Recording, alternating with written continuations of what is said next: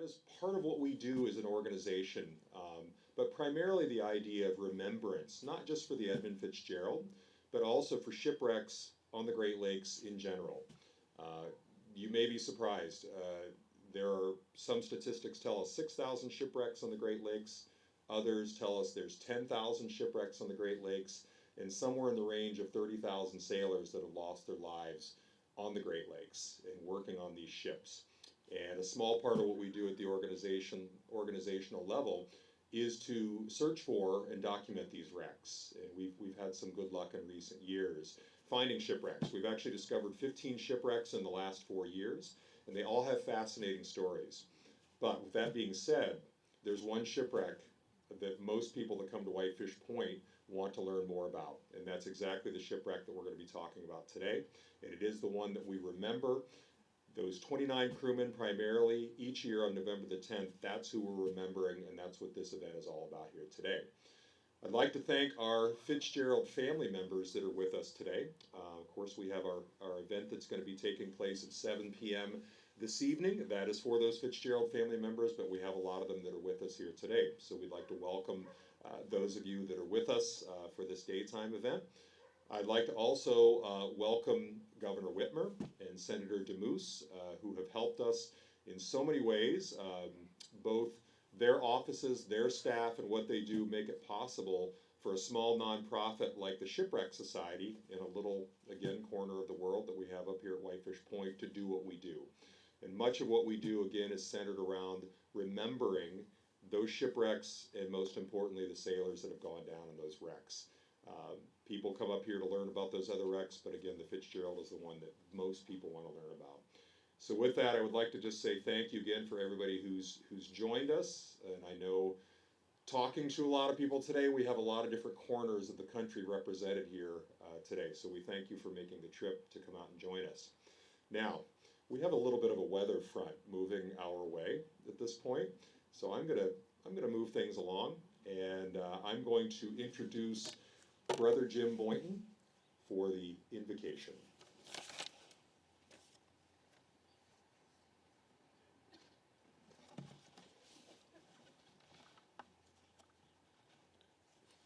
Our lives can change in an instant.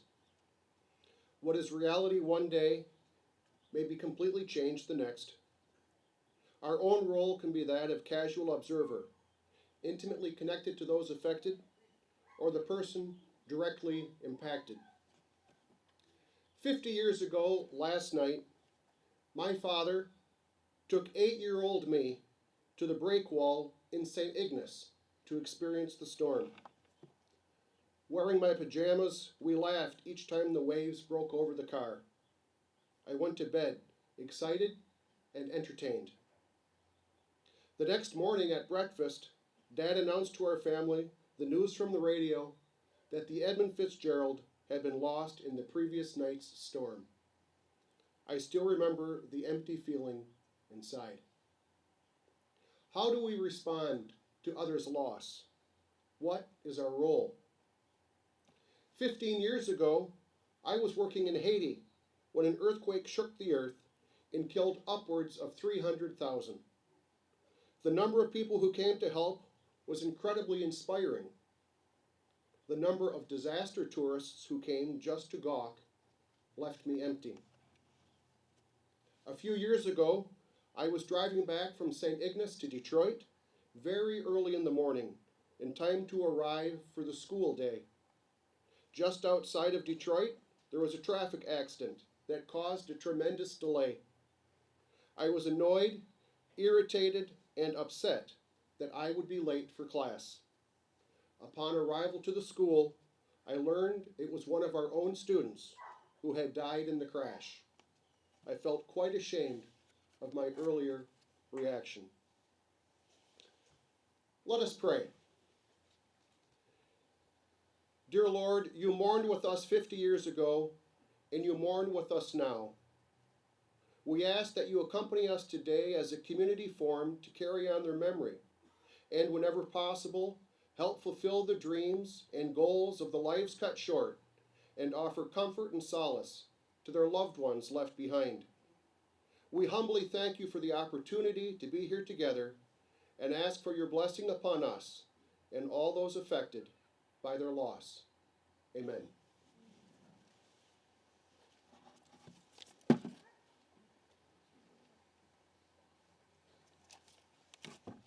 Thank you, Brother Jim. I think many of you who visited the museum, when you walk into those double doors, very often people are looking forward and looking in the direction, center of the museum. People are noticing that white shoal second order Fresnel lens that's there, but most people notice the Edmund Fitzgerald bell sitting right there is very much the centerpiece of the museum. But one thing that I don't think that many people notice as they walk in is there's a little plaque, and it says Father Edward Dowling, and I believe it says S.J. as well, Society of Jesuits. Brother Jim is a Jesuit as well. Father Dowling, if you're not familiar, probably did as much or more as far as research, artwork, and creating awareness of shipwrecks, including the Edmund Fitzgerald, as much or more than anybody else, any other researcher. And at the same time, that main gallery in there is dedicated to him. So when we're open next year, and you come through and visit, just take a look. You'll see that plaque as you walk in. He's one of the individuals that, like I said, probably did more than most to create an awareness of the stories of these sailors, ships, and shipwrecks.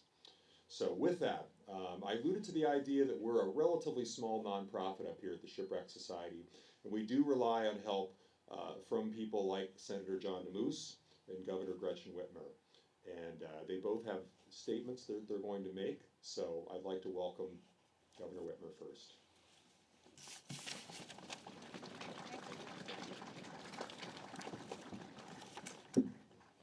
Thank you, Bruce. It is an honor to be here today.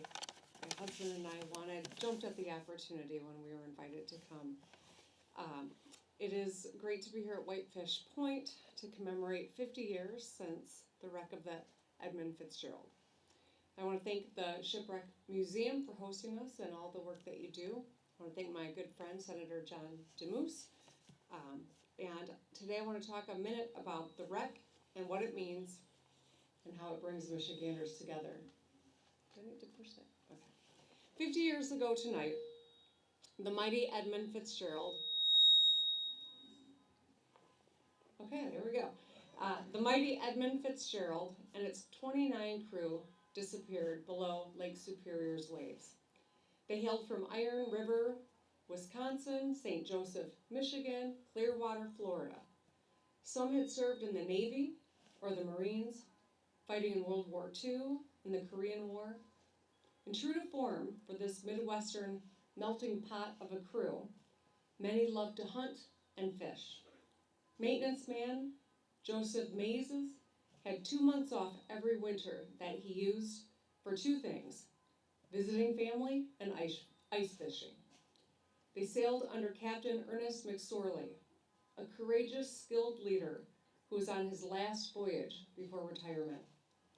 But we know what happened on that cold November night, facing hurricane winds, monster waves, and pitch darkness. The Edmund Fitzgerald went to its final resting place. In the half-century since the wreck, the story of the Edmund Fitzgerald has become a legend. Examined, debated, celebrated, it has passed into lore. Folks look out at Lake Superior and are reminded of its frightening power. Bars still play Gordon Lightfoot's song. There are t-shirts and hoodies, coffee mugs, Lego kits, and Christmas ornaments. People even build 40-foot-long snow sculptures of the Fitz in their front yard. But here today, we come together in a somber moment of reflection. 50 years later, we ring the bell, we read the names, and we remember those we lost in this horrible tragedy. But the story of the Edmund Fitzgerald has become foundational to who we are.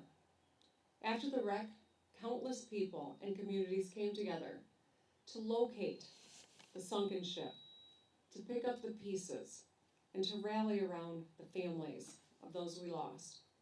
The Arthur Anderson and other ships courageously set out into the storm, answering the Coast Guard's call to brave the winds and waves and search for survivors. The families told stories of loved ones, like that of the Edmund Fitzgerald crew member, Paul Ripa. We talk about him to keep his memory. We don't want to forget. The Edmund Fitzgerald is a reminder of who we are, a tough, gritty, brave, deeply compassionate people. I've seen these Midwestern instincts throughout my time as governor. Whether it's a polar vortex, a global pandemic, a broken dam, or a historic ice storm, we care about our neighbors and we work together. The Edmund Fitzgerald was a tragedy, but it also brought out the best in us, a generational instinct that is in our DNA. For that and for so much more, we will never forget that good ship and true called the Edmund Fitzgerald. Thank you.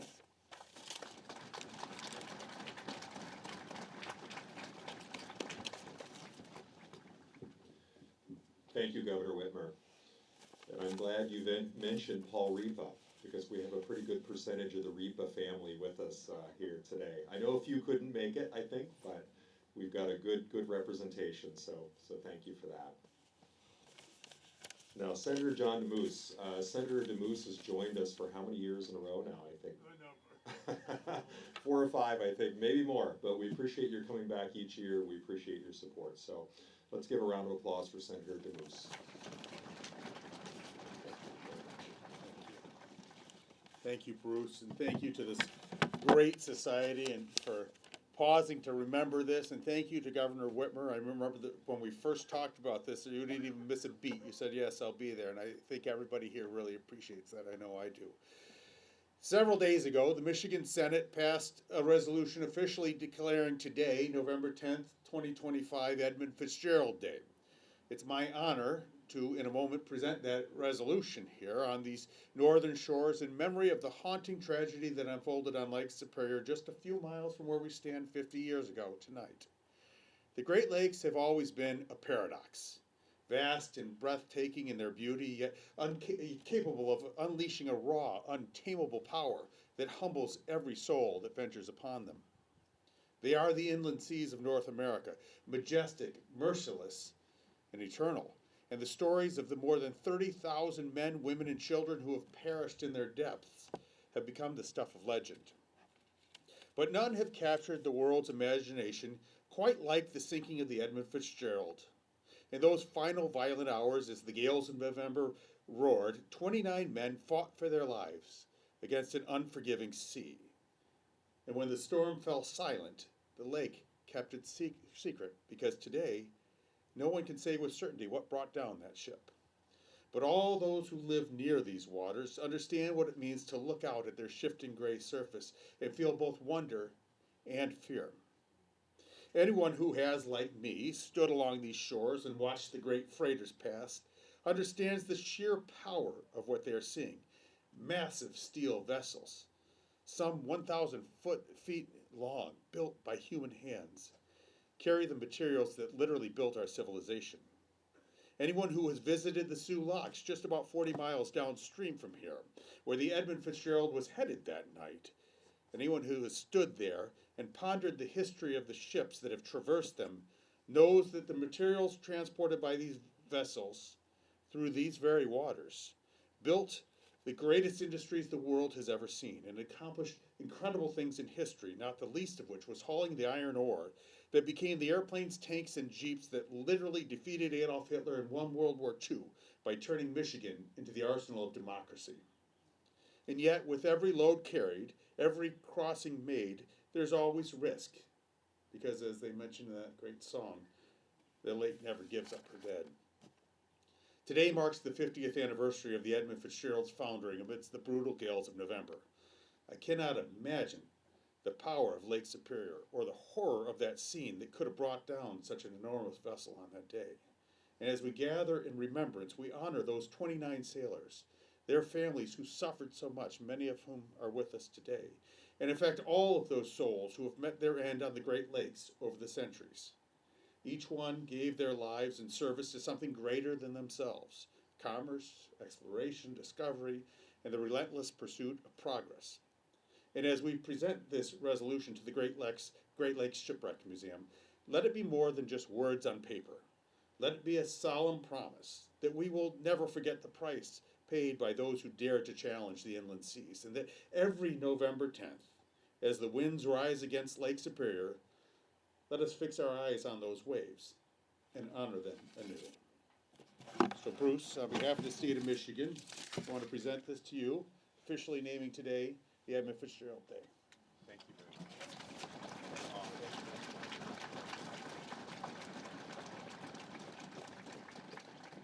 Thank you very much, Senator DeMoose, and we are honored to have both you and Gretchen, Governor Whitmer, here today be with us. And also, we will find a very prominent location where we will display this. So, thank you again. Now, this is a moment with this particular ceremony, at least for the evening ceremonies that we do each year, where we have someone who either has researched, has written, or has been a part of the story of the sinking of the Edmund Fitzgerald. Over the years, we've had individuals that have either sailed on the Fitzgerald and have come to speak to the attendees, and mostly Fitzgerald family members.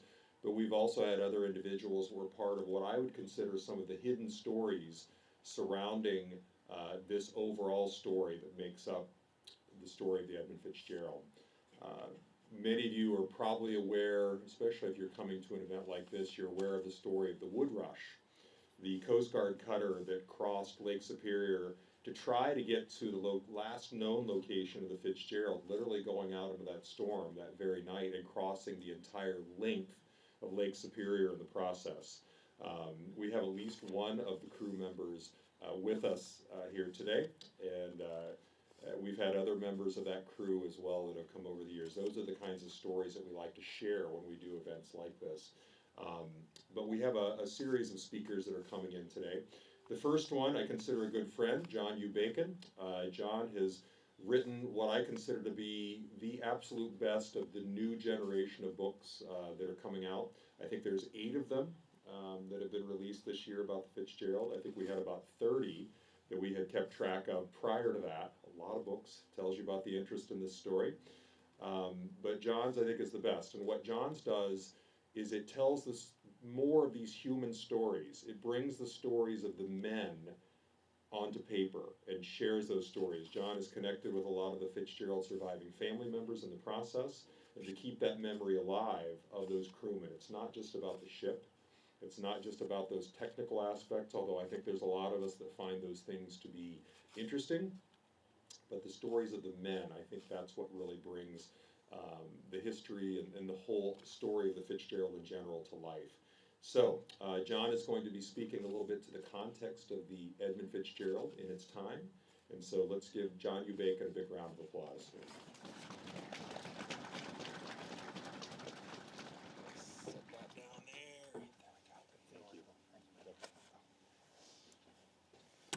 Thank you all, and pardon me as I lower the microphone. I am 5'8".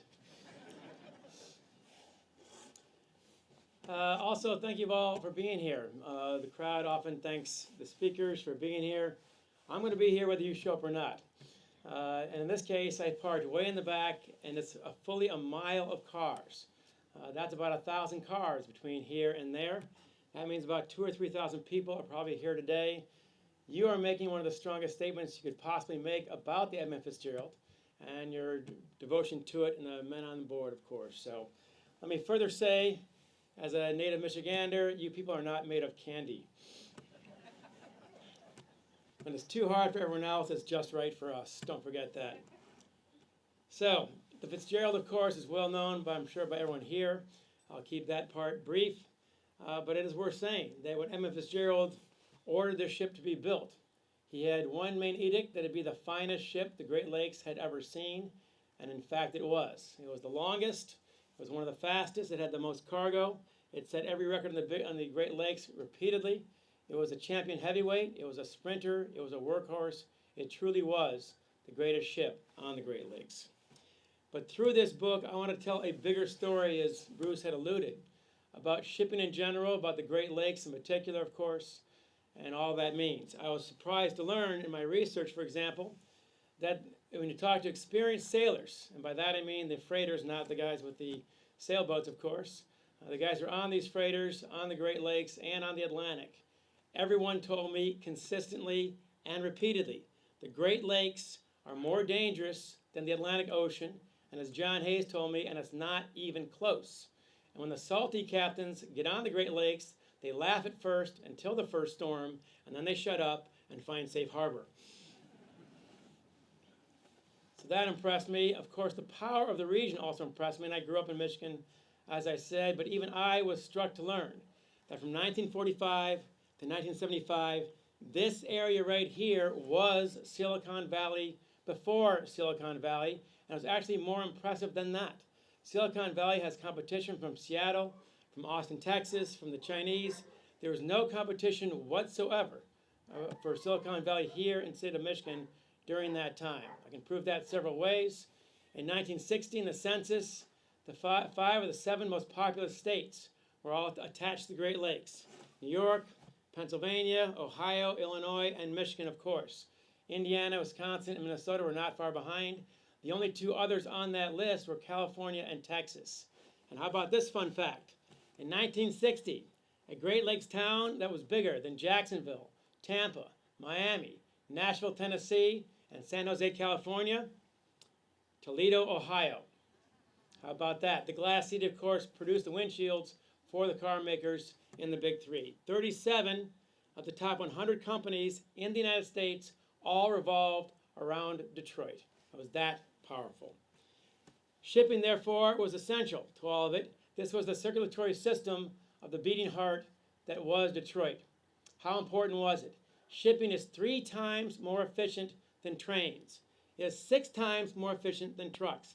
This is not 6% or 60%. That is a 600% advantage over any other way of transporting goods. That's why all the stuff went on the ships. And what goes on the ships? Pretty much everything you have. All right, the basement, the cement in your basement, the car in your driveway, and the food in your table is all delivered by the ships that are going past us right now. And what amazed me about that, therefore, is that why is this vital industry so invisible? And I thought about it, and I realized there are only 30 people on each ship. Even in the heyday, there were only 300 ships. That is 9,000 people spread out over 8 Great Lakes states. So you're probably not going to meet them, and even if they live next door, you're still not going to meet them because that guy's on a ship. Their seasons were 9 months out of the year, 9 months straight back then. No holidays, no anniversaries, no birthdays, no graduations. It's a very, very tough lifestyle, and that is something we all have to appreciate and respect. These people, in my view, were heroes long before November 10th, 1975. And one of the guys I talked to, an experienced sailor, said when the season started, he'd put the photos of his family face down on his cabin table. It is too heartbreaking to look at those all season long. In the last 2 weeks, he'd pull them up. He also told me, I'm very close to my 3 children. I didn't teach any of them how to throw a baseball or ride a bike. These are the sacrifices made by the sailors and by their families. He also told me nothing better at the end of the season than to come back after 9 months at sea with a nice fat bonus check in your pocket. Union contracts, these were good salaries back then. Sit down in your nice, warm, comfortable chair by the fire, a chair that is not moving. Get your favorite drink, and your kids run up to you, and they give you big hugs. And they say, Daddy, you smell like a truck. And my friend said, no, I smell like a paycheck. And you know the difference. So, what motivated me, therefore, yes, I was curious about what happened, of course, that night, and I think we strengthened some theories and weakened others. But it's almost impossible to truly get down to what exactly happened with what we know today and what we're going to know in 10 or 20 years. And why is that? All right, as John Tanner told me, he's the Great Lakes Maritime Academy superintendent for 16 years. When a big ship goes down, it is rarely one thing that takes it down. It's a series of dominoes that start falling one by one. When they start falling, watch out. That night was, in fact, as the previous speakers have alluded, the storm of the century. By the time the Edmund Fitzgerald ended up where it is now, of course, 17 miles off this point, according to David Schwab, a great researcher at Michigan Tech and the University of Michigan, he's run computer models. That ship ended up at exactly the wrong place at exactly the wrong time. 100-mile-per-hour winds, that is hurricane force. Waves that we now know through computer models, were 30 feet, 40 feet, 50 feet, some even 60 feet high on a ship that only has 11 feet out of the water on a good day, and that was not a good day. So that's what happened in part to that ship, of course. Decisions were made, things broke down, etc., but really, ultimately, I side with Aunt Ruth. Aunt Ruth is the mother of Bruce Hudson. Bruce Hudson was a 22-year-old deckhand who went down with a ship in 1975. A very interesting guy, to say the least. Aunt Ruth was 4'9", and as her niece Pam Wittig said, she was 4'9", but she told you she was 5'5", and you believed her. She was a spark plug of a personality by all accounts. She said, ultimately, only 30 know what happened. 29 men and God, and no one's talking. Ultimately, we have to be satisfied with that and not lose sight in the search for those answers of what we know happened. We lost 29 men that night, and in the process, 29 families, of course, suffered without their fathers, their uncles, their cousins, in some cases their boyfriends. So, keeping that in mind. They say history is written by the victors. On the Great Lakes, history is written by the survivors. And on the ships, and I studied many of them for this book, on the ships where no one survived, we know almost nothing, and that broke my heart. And I thought we have to fix that. So my real purpose here was not simply the whodunit of what happened, but trying to tell you who the 29 men were, what their lives were like on board, on shore, where they lived, what their families were like, how they were remembered by their families. That's the bigger story to me, because that does not change. So in this case, I did not want history merely to be written by the survivors. I wanted us to know who these people were as a prism, as a microcosm of the 6,000 ships that went down before, and the ships that still sail every day today. 3 quick examples. One, Captain Ernest McSorley, as Governor Whitmer pointed out, this was supposed to be his last trip. In fact, his last trip was supposed to be the week before. I learned that in my research from Doug Frericks in Two Harbors, Minnesota, whose dad talked to him 2 weeks earlier. He was going to retire that year, that season, that week, along with 5 other men on that ship. But his wife had cancer in 24-hour care in Toledo, Ohio. He added 1 more trip for the bonus to pay for her health care. So this trip itself is born of heartache and born of devotion and sacrifice. He also had Bruce Hudson, I mentioned him before. Of course, he was about to go on a cross-country trip in his hot rod 1972 Dodge Challenger, built in Detroit, of course, and he's ready to go with his buddy Mark Thomas, when his girlfriend, and they're about to go out west, of course, to go to Colorado to get some Coors beer, because back down there was very exotic, I swear. And he finds out in September from his girlfriend that she is in fact pregnant. So he thinks fast and says, don't worry, we're moving together, we'll raise the child ourselves. She says, with that in mind, please go on your trip anyway. You've earned it. It's only a month, and the baby's due in June, of course. Well, that baby is here today. That baby is Heather. All right, and she also had 4 children. The oldest of the 4 children, Austin, looks just like Bruce Hudson. Aunt Ruth lost in that one moment her only child, and then found out 6 months later she's going to be a grandmother. And then, of course, a great-grandmother. And as she told Pam Wittig, her niece, she loves all of her grandchildren equally, but yes, she plays favorite, the one Austin that looks just like Bruce Hudson. One last one, Eddie Binden, 47 years old, about to retire after 25 years in the Great Lakes. Also married for 25 years to Helen in the Cleveland suburbs. They had no children. So the day before they leave, on November 8th, 1975, he sneaks across from Superior, Wisconsin to Duluth, Wisconsin to buy his wife a 2-carat diamond ring to celebrate their 25th anniversary. And for reasons only he knows, instead of taking that diamond ring and his love note and putting that in his duffel bag, he gives it to a friend with his address and says, please mail this to my wife. And that's what he did. And of course, after the ship went down, 3 days later, she receives the package. She wore the wedding ring the rest of her life, and she never remarried. These are just some of the stories on that ship that day.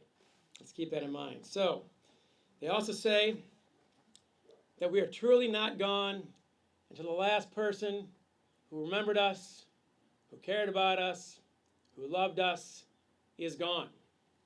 And my whole ambition in writing this book was to extend their lives in that way, extend their memory forever.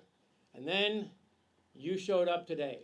Take a moment to look around at this unbelievable crowd. We had no idea what to expect. There are no tickets given. There's no RSVP. All right, there's no reservations here. But here you are in a throng. And I have to believe Aunt Ruth, who passed away on November 9th, 2015, the day before the 40th anniversary, because she told Gordon Lightfoot by phone that day that she had promised Bruce that she was going to join him in heaven before the 40th anniversary, because he had been alone too long. If she could see you today, if Bruce Hudson could see you today, if Ernest McSorley and his wife could see you today, they would know that they will never be forgotten and they are still loved. Thank you very much.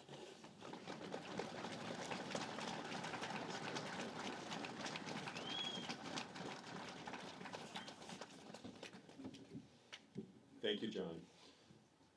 And John, I'm glad you focused on Aunt Ruth, which so many of us have come to know her as Aunt Ruth now.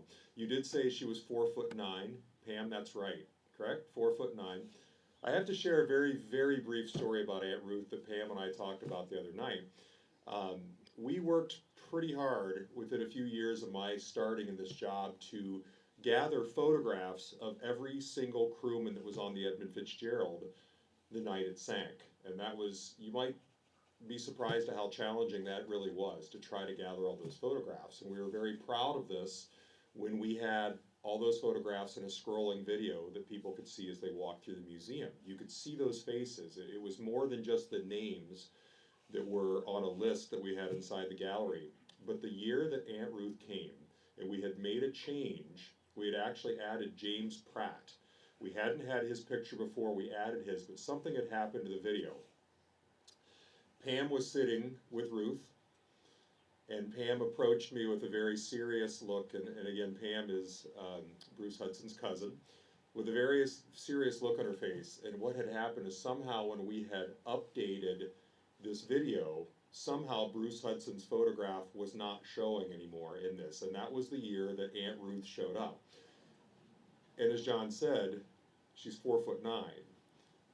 She was much scarier than you can imagine when she wasn't very happy with me at the same time, but yet she was very nice to me and even invited me to come down and visit her at her home down in Ohio after that. So we made sure immediately that Bruce Hudson's picture was back in there. So in any case, a story about Ruth. Ruth is actually very critical to the story that our development officer from the Shipwreck Society, Sean Lay, is going to be talking about. Sean has been with this organization for 35 years now. Let's give Sean a round of applause. 35 years. Or was that 55 years? I lost. Sean Lay is our development officer for the organization, so for our membership, for our donors, for those individuals that come forward and support us in different ways, Sean is their #1 contact, and he's been doing this for a very long time. We're very happy that we have Sean on board, and we're very happy that Sean is going to be sharing a little bit of the backstory behind the raising of the Fitzgerald Bell. So, Sean Lay.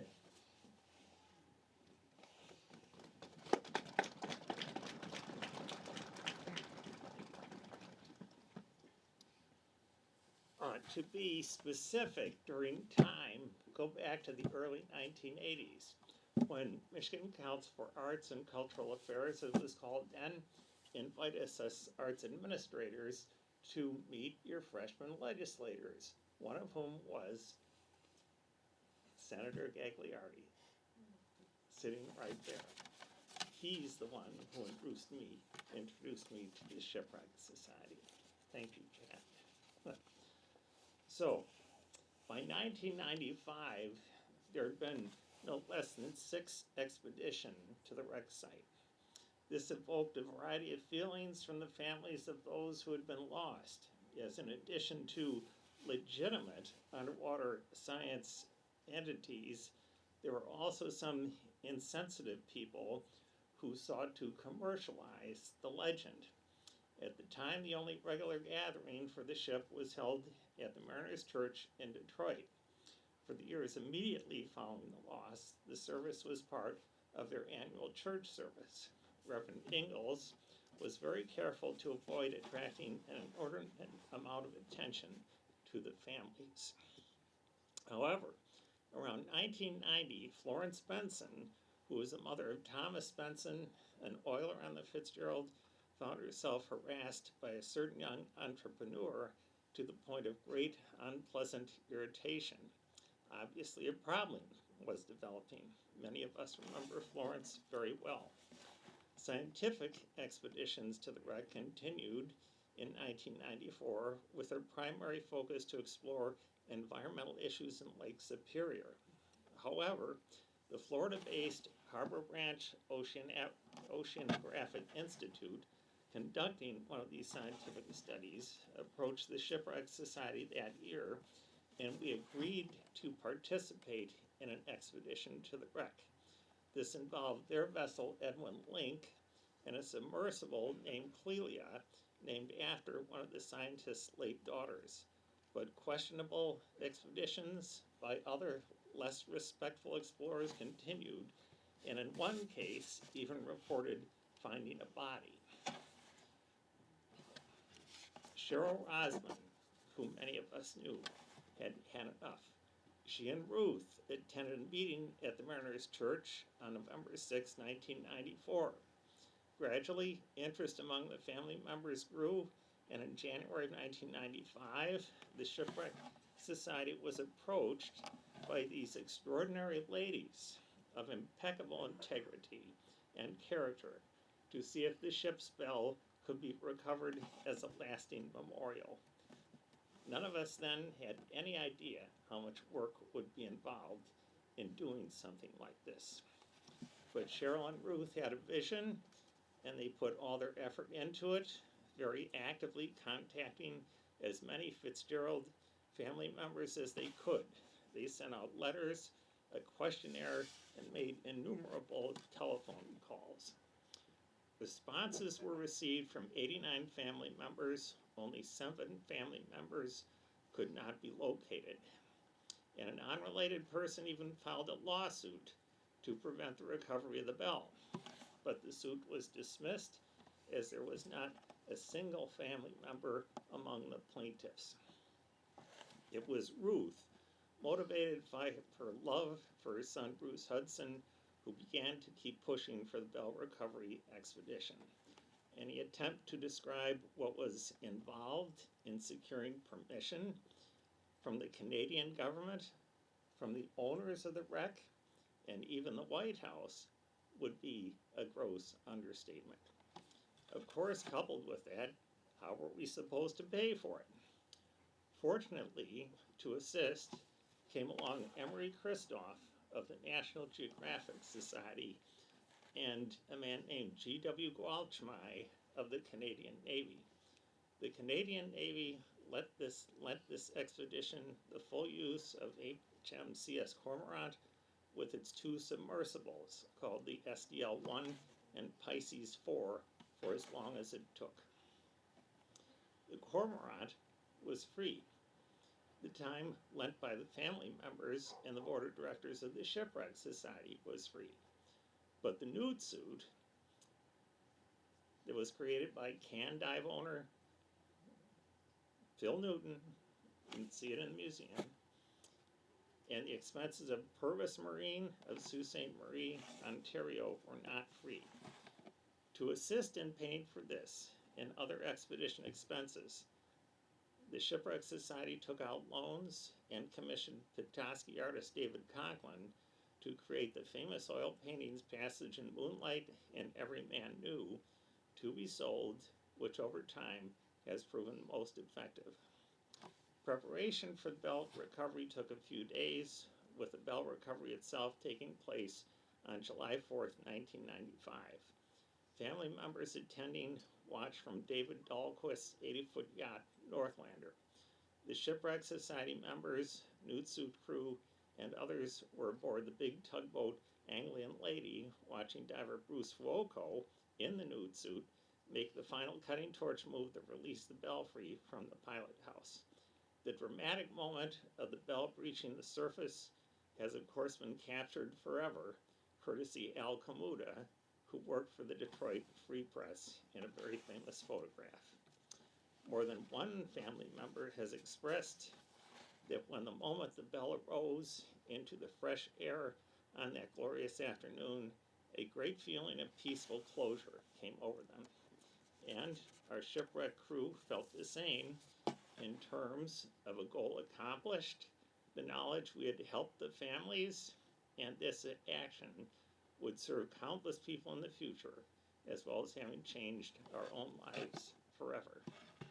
Credit for assistance in the recovery of the bell is due to the Fitzgerald family members, the Royal Canadian Navy, also known as Navy Royal Canadien, the Sault Ste. Marie Tribe of Chippewa Indians, National Geographic Magazine, the board and staff of the Great Lakes Shipwreck Historical Society, the Four Winds dealership of Cadillac, Michigan, Reverend Ingalls and the Mariners Church, Thomas L. Farnquist, and Gordon Lightfoot. Of course, the story doesn't end there. In 2006, the families, particularly Cheryl and Ruth, were successful in their bid to the province of Ontario to get the wreck site designated an officially protected marine archaeological site through the Ontario Heritage Act. This means that absolutely no more expeditions, diving, or even sonar imaging of the wreck may take place without a special permit from the Ontario government. And the Shipwreck Society has faithfully honored its commitment to this law. This whole tale is unique among shipwrecks, among Great Lakes history, and in a way, highly special among human historical efforts to honor and memorialize departed loved ones. But is it not our own living human interactions and feelings today that matter the most when we all are dedicated as a collective group to see the memory continue in the face of what Mother Nature can do and that which we cannot understand, possibly eternity itself.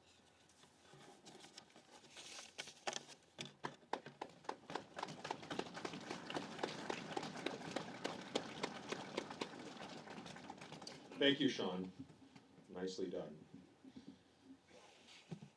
Now, we have thousands of people come to the museum each year, and a lot of times our guests, and I would say more in recent weeks and recent months through the media, there has been a question that comes to us a lot, and why is it that the Edmund Fitzgerald is that much more well known? Why is it that the Fitzgerald is something that so many people know about? Why is it in the public consciousness?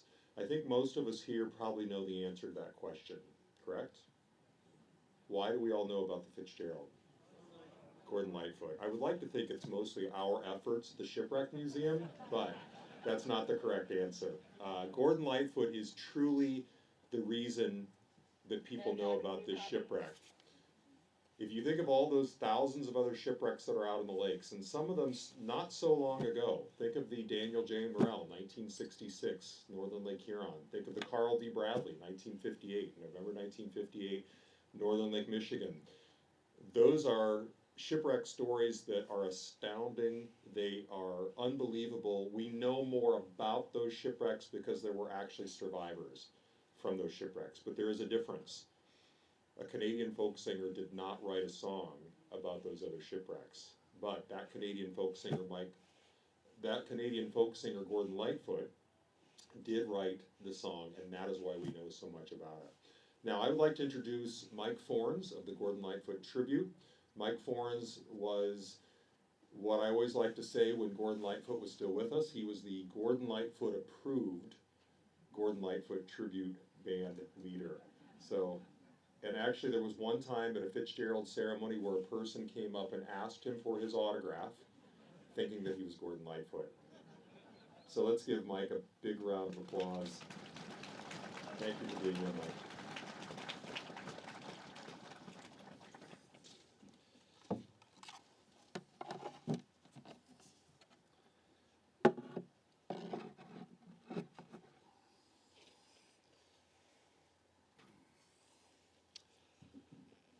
I am not Gordon Lightfoot. Mike Fornes is my name. I'm from Mackinac City. I first met Gordon probably 27 years ago, and he was very good to me over many years. I've performed in concert as him for the last 18 years. I've been in 9 states now and 2 Canadian provinces, and Gordon was very encouraging, and the guys in his band were terrific to the players in my band, and they really helped us a lot with authenticating sounds and getting things right so that we would sound right. They really were interested in what we were doing. So I'd like to tell you a little bit today about what I know about how he wrote the song. And I've read different places that he was on an airplane coming back from California and he read about the shipwreck going down. And actually his tour schedule doesn't verify that. He was in Detroit on the 8th of November that year. He was in Boston on the 9th. But does it really matter? You know, I mean, how he found out? He told me that he was at home in Toronto. He didn't play another show that year until the 21st of November, and that was in New York City. So did he go to California on some business-related thing, and maybe he was on a plane coming back and did read about it? We don't know. But he told me that he was at home, and he was upstairs in his writing room where he used to work on songs, and just fiddling around with these 3 or 4 chords that he remembered from an old Irish dirge that he recalled hearing as a child. Didn't have any real plans for it, just was strumming along, playing it. And he said it was about 11 o'clock, and he went downstairs to get a cup of coffee. CBC News was on, and that's when he heard about the ship going down, and he struggled for days to try to find more information about it because there was so little news to tell. Nothing new was there to report. Nothing had been found. The news media just kind of dropped the story after a few days. And then a little while later, Newsweek magazine came out with a story that was a blurb in a news index. Not a cover story, not a feature story, just a blurb, 5 paragraphs, a picture and a map in the middle of a news index of other news things that had happened. But it aligned pretty well the facts that were known at the time. And I can almost remember from memory the very first line of that news blurb, that story that was in the magazine. And it was titled, "Great Lakes, the Cruelest Month." And it said, according to a legend of the Chippewa tribe, the lake they once called Gitche Gumee never gives up her dead. Have you heard those words before? Yeah. And it went on, and the story told about a captain that was very experienced and the crew that had been in big storms before. And here they were leaving out of Superior, Wisconsin and carrying 26,000 tons of iron ore headed across Lake Superior. And they got in this terrible storm, and a ship that was following them lost sight of them, and the ship went down. And he ends up by saying that in the 126-year-old stone church in Detroit, a pastor rang the bell 29 times in memory of those lost crewmen. And there were other details in that story too, but the basics were there that really gave Gord the idea that maybe there is a shipwreck song here. Well, at the time he was recording, preparing to record an album called Summertime Dream. Summertime Dream was going to be the follow-up to Gord's Gold. Do you remember Gord's Gold? It had If You Could Read My Mind and Sundown and Carefree Highway, Cotton Jenny, Rainy Day People. All the hits were on this double album that a lot of people bought. And the record company said, Gord, you got to follow that up with something big. People are listening to your music now. So he was getting things ready. He had 22 songs that he thought would be suitable to go on this new album, Summertime Dream. 22. And those were the candidates, but the record company said, of course, we're going to take 10 of them. Now, I don't know if all of you remember, but those of us that do, we used to have vinyl records, and on one side there'd be 5 songs, and we'd turn it over, and on the other side, we'd play 5 more songs, you know. So they've got to whittle down 22 songs to 10. There was nothing yet written about a shipwreck. It was still on a legal pad. Things were getting crossed out and changed and moved around, and more things were being found out in Gordon's research. And they went into the studio sometime after that and started recording the songs that were on Summertime Dream, my favorite Gordon Lightfoot album. Wonderful music. Love to play those songs in concert. But in between takes of some of the other things they were working on, Gord keeps fiddling around with this legal pad and changing things and moving things around and strumming these 3 or 4 chords and humming.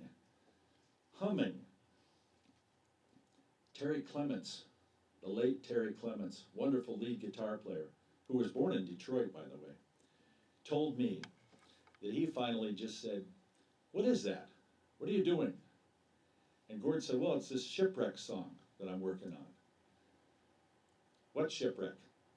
"Well, the Edmund Fitzgerald. It went down in Lake Superior." The guys in the band really didn't know anything about it. And Terry said, "Well, how are you going to start it?" And Gord said, "Well, I don't know. Come up with something." And Terry would do that. Gord would ask Terry to come up with something sometimes, and he would oftentimes play the vocal line in the middle of a song as a bridge. So he thought he would do that. Well, he came back and he had his acoustic guitar, and he said, "What do you think of this, Gord?" And he kind of played that vocal line that Gordon had been humming. And Gord said, "No, it's got to be more intense. It's got to have more to it than that. This is about a terrible storm. It's not an acoustic type thing, you know." Well, Terry finally came back a few days later and said, "Hey, how about this for your Shipwreck song? What if I played it on my electric guitar and I put it through a distortion pedal and it sounded like..." Gord said, "Yeah, that's it. That's what I want it to sound like. I like that." Rick Haynes, the bass player, who played with Gord for over 50 years, said, "So this is a storm? You want the bass to be like thunder sometimes?" And Gord said, "That could work." Ed Ringwald, who went by the stage name of Pee Wee Charles, played pedal steel guitar. He said, "You want the steel guitar to have kind of an eerie sound, like the wind blowing, you know? I could do..." "Yeah, that could work too. That could work." And the producer said, "Hey guys, come on, let's go. Get back to it here. We got to get going on these songs." They continue on with Summertime Dream, working on those other songs. And Gord keeps fooling around with this and fooling around with it, and finally, one day, they had a little time left at the end of their recording session, and Gord said, "Hey, let's play the Shipwreck song." And the guys said, "What do we play? We've never heard it." He said, "Well, just play what you feel. It's kind of the same thing over and over that I've been humming, but I mean, Terry's going to start it, and Rick will come in with some bass, and Pee Wee's going to have a few little things here and there, and you know, it'll be all right. Let's just try it. We just want to play it, just so we hear it." And the guys said, "Okay." Well, they started playing it, and they got through about a verse and a half, and Gord stopped them, and he said, "That's too fast. You got to slow it down. It's got to have more feeling to it, more soul to it. Just play what you feel once we get going and really put your feelings into it, you know, but slow it down a little bit." "Okay, all right, well, we'll try it again." And he counted it down. 1, 2, 3, 4, 5, 6, and boom, they started it, and they played, and they got all the way through it, and the guys put in these little parts here and there, and they finished it. And Terry Clements told me that he said, "Sheesh, that thing gave me the chills down my spine." And Rick said, "Gord, I think you got a hit here. Maybe that ought to be on this album." The producer said, we've got 10 songs. We're good, you know. Well, at least we ought to let the record company maybe hear it. And on the other side of the glass, the engineer said, "You guys want to hear it back again? You mean you recorded it? Well, you've been fooling around with it for 2 weeks. I figured if you were going to play it all the way through, I'd roll tape." So they had a recording. They listened to that recording, and that's what they played for the record company. And they said, "We'll think about it. Get it ready for the album, like you're doing with the other songs, and we'll consider it. Do you know they worked on that song for 2 weeks? Recording it again and again and again, and they never could get it to sound the way that it sounded the first time they'd played it. And that's the version you heard on the radio. That first take is what you heard on the record album. The guys in the band had never played the song before. They had never heard the words. You don't make records that way. Right before they got started that last time, Barry Keane, the drummer, said, "Gord, are there drums in this? Do I play on this?" And Gord said, "Yeah, I'll nod to you when to come in." Like no direction as to hit the hi-hat or the cymbal or play the snare in this, or just I'll nod to you when to come in, you know. And he did, and that's what's on the record too. So I mean, it's incredible the way that it came out. But you know what? It was the #1 song on the radio in Canada in 1976 when it came out. #1 on their radio airplay. Our American top 40, by the way, #2 in our country. #2. The Wreck of the Edmund Fitzgerald was the #2 song on the top 40 charts. Do you remember, how many of you remember 1976? Yeah. The #1 song that year? Barry Manilow, I Write the Songs.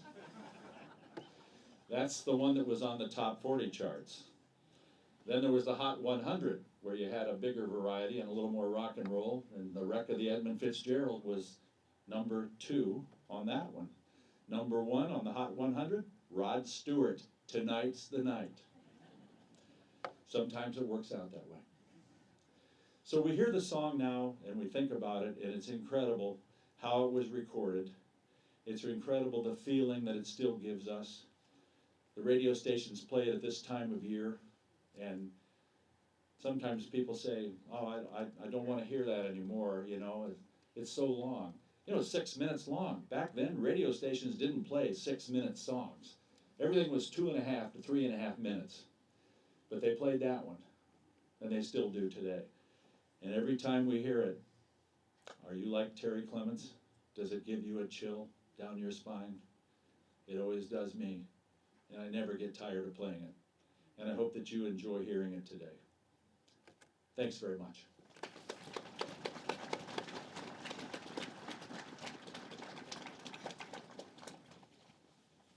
Thank you, Mike. Now we're coming to the moment that I think is what any of these memorial events are all about. And in this situation, it's about remembrance. It's about those 29 men that were on board that ship. So with that, I'm going to call back up to the podium Sean Lay, our development officer for the Shipwreck Society.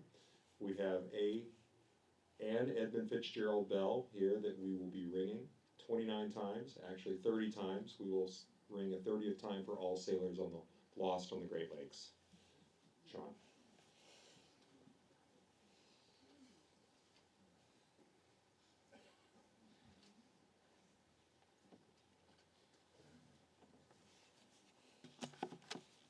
The Call to the Last Watch. Captain Ernest M. McSorley.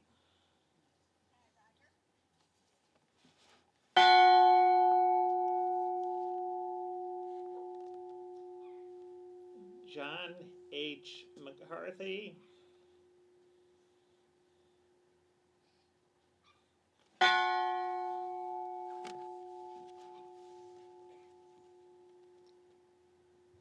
James Pratt.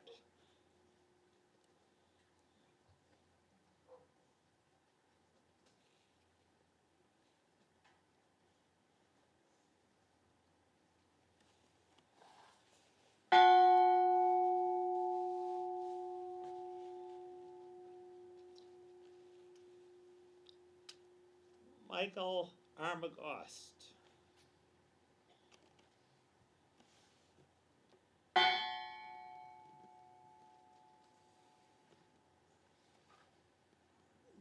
John D. Simmons.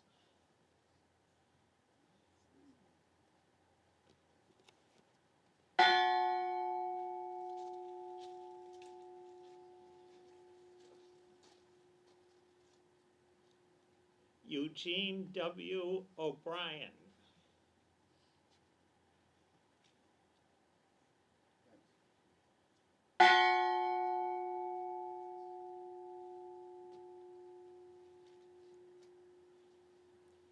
John J. Poviak.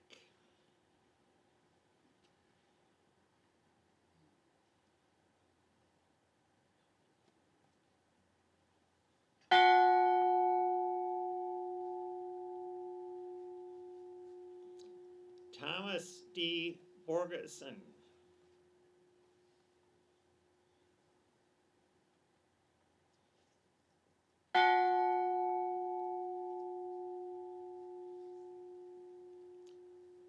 Ransom E. Cundy.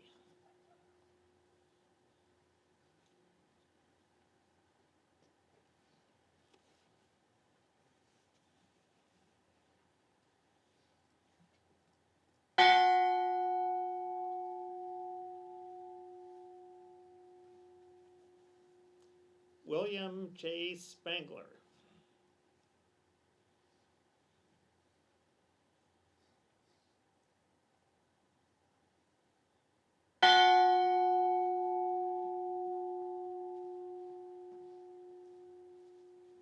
Bruce L. Hudson.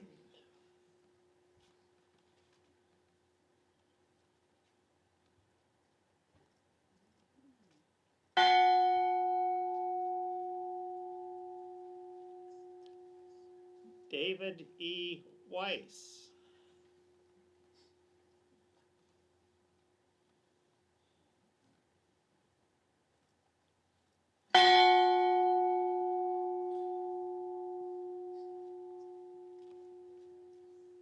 Robert C. Rafferty.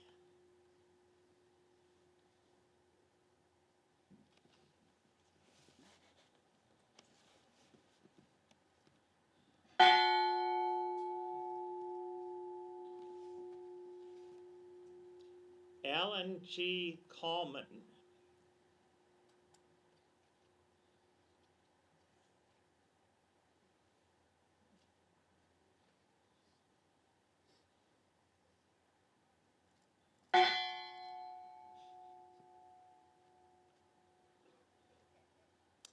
Frederick J. Beecher.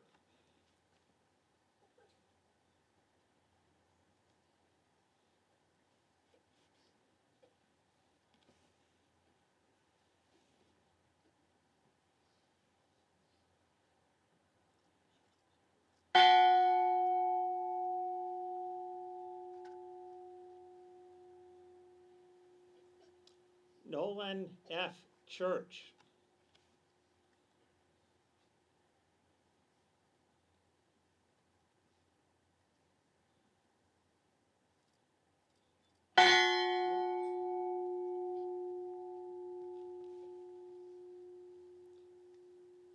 George J. Hall.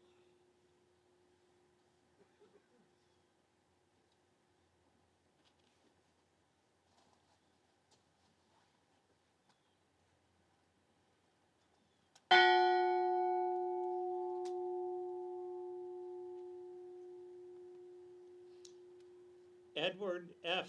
Binden.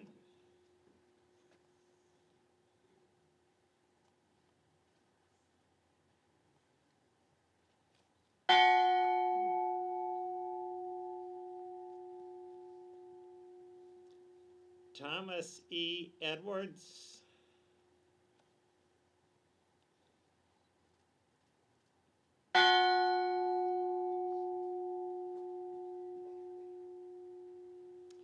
Carl A. Peckall.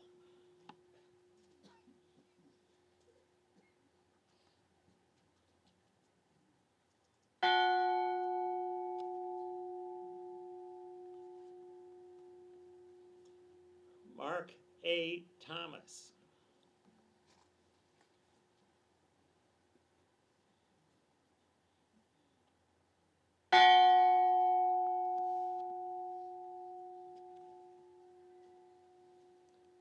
Paul M. Repa.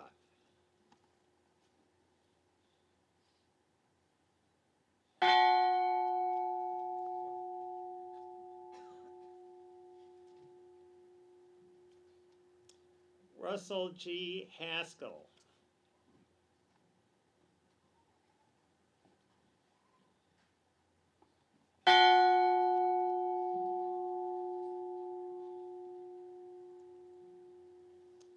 Oliver J. Champeau.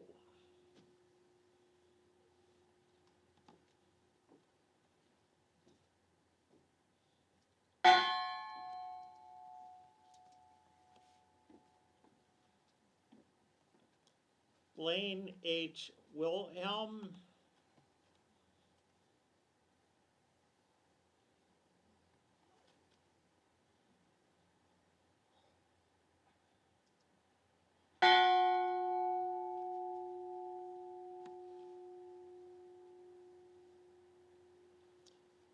Ralph G. Walton.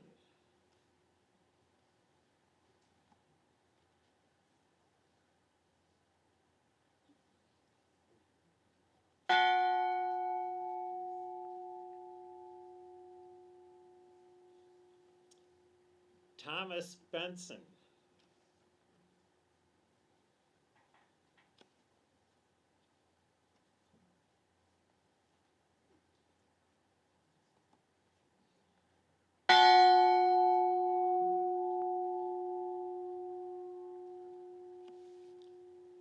Joseph W. Mays.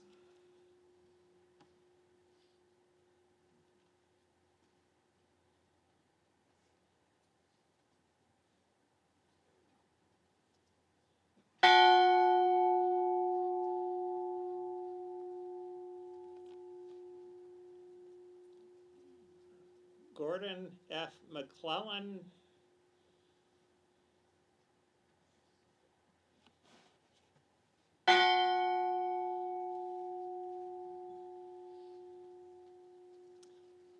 And the 30th ring in remembrance of all mariners lost on the Great Lakes.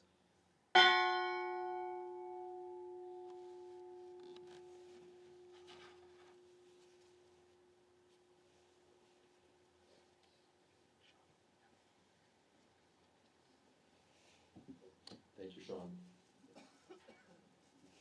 And now, once again, Mike Fornes and the wreck of the Edmund Fitzgerald.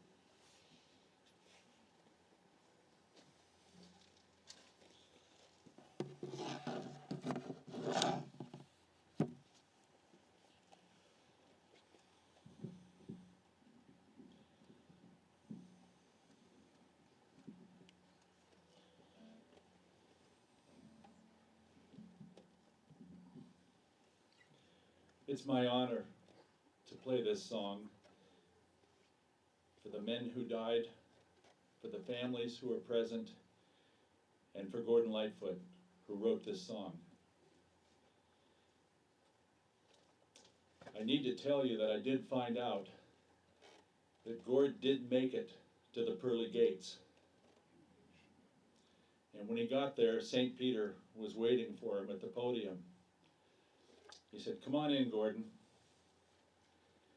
Bring your guitar. We've got 29 men up here from a ship that are pretty anxious to meet you." There are a few changes of the words in this song, brought about by the ladies of the committee, as Gord referred to them. At 7 p.m., a main hatchway didn't cave in. It's different now. And it's not a musty old hall in Detroit anymore. So listen for those two changes in the words. So here we go with the wreck of the Edmund Fitzgerald. And if you're on drums, I'll nod to you when to come in.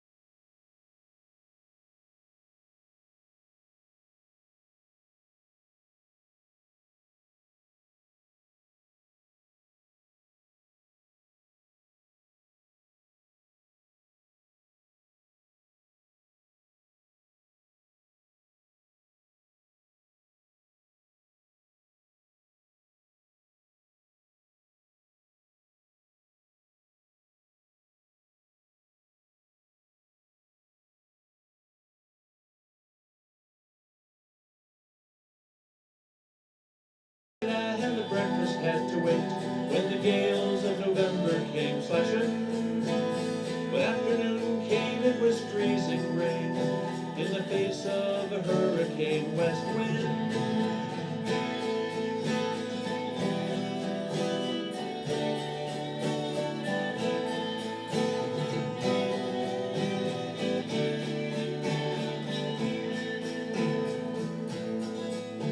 When supper time came, the old cook came on deck, saying, fellas, it's too rough to feed ya. At 7 p.m. it grew dark, it was then. He said, fellas, it's been good to know ya. The captain wired in, he had water coming in, and the good ship and crew was in peril. And later that night, when his lights went out of sight, came the wreck.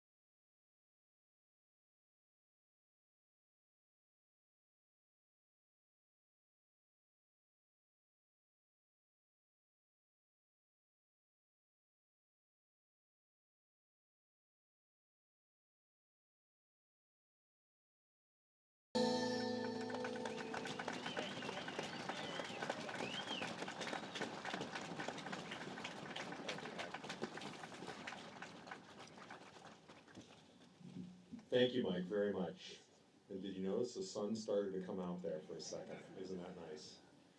Mike and his Gordon Lightfoot tribute have been on the road for 18 years. And how many locations did you hit in this country this year?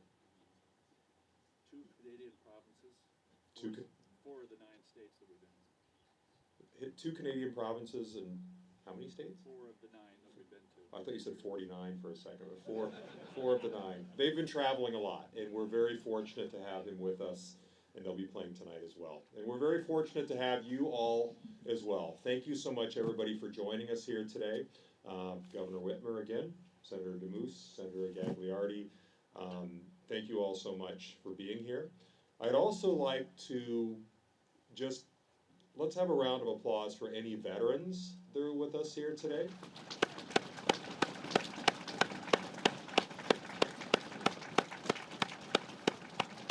Thank you for your service. These muffled claps are kind of funny here. Also for our state police that are here today, and yes, absolutely, they're so gracious to be out here with us today. And also I'd like our Shipwreck Society staff who helped to make this a reality today too. If you're here, stand up please, we'll give you a round of applause. A lot of work, and I can tell a lot of them are they can't wait to get back inside a building at this point. Thank you for that. Last few things before I reintroduce Brother Jim. There are, in case anybody was curious, there are some restaurants that are open in Paradise. That is a fact. And also, the Whitefish Township Community Center is going to be open at 5 o'clock, right, Deb? 5 o'clock, and there's going to be a live stream of the event that's taking place tonight. Will be hosted there, and I think you'll even have some cookies and coffee and things like that, So that'll be at the Whitefish Township Community Center. That's starting at 5 o'clock. Will be opened up, and the event tonight starts at 7. So with that, thank you all again very much, and Brother Jim.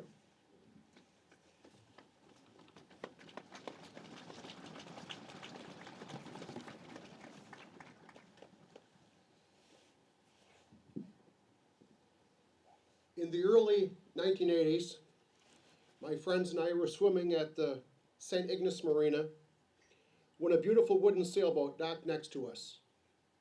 A man came on deck and started a friendly conversation. He then threw some 50-cent pieces into the water, and we dove down and got them. The name of the ship was the Golden Goose.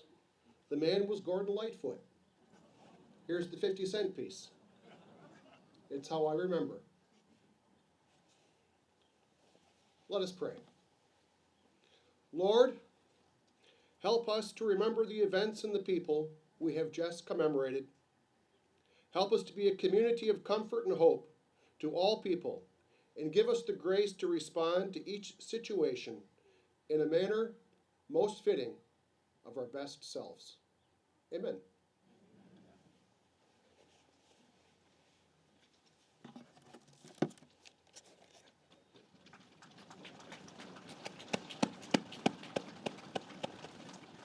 But one last time, thank you everybody. Thank you Mother Nature for not hitting us with all that snow, and have a safe drive home.